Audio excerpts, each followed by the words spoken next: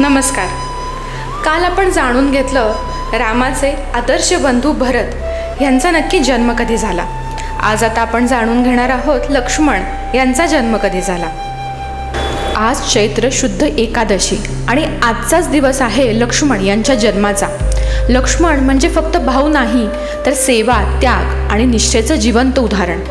जेव्हा श्रीराम वनवासाला निघाले तेव्हा लक्ष्मणांनी क्षणाचाही विचार केला नाही. राजसुख, ऐश्वर्य सगळं सोडून ते रामासोबत वनवासात गेले. ते म्हणाले होते, मी तुमच्यासाठी मार्ग दाखवीन, तुमची सेवा करीन. इतकी निष्ठा, इतकं समर्पण आणि सीतेबद्दलचा त्यांचा आदर तर अजून महान.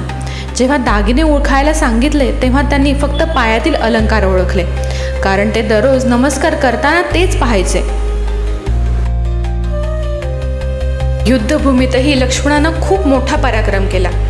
इंद्रजित यासारख्या बलवान राक्षसाचा त्यानं वध केला आणि म्हणूनच राम म्हणाले होते, सीतेसारखी पत्नी मिळेल पण लक्ष्मणासारखा भाऊ मिळणं अशक्य आहे. पण या कथेमध्ये एक शांत त्याग आहे, जो आहे उर्मिला यांचा. त्या 14 वर्ष एकट्या राहिला. खऱ्या अर्थाने त्या उपेक्षित नायिका ठरल्या. लक्ष्मण म्हणजे निस्वार्थ प्रेम, सेवा आणि पूर्ण समर्पण. जय श्रीराम.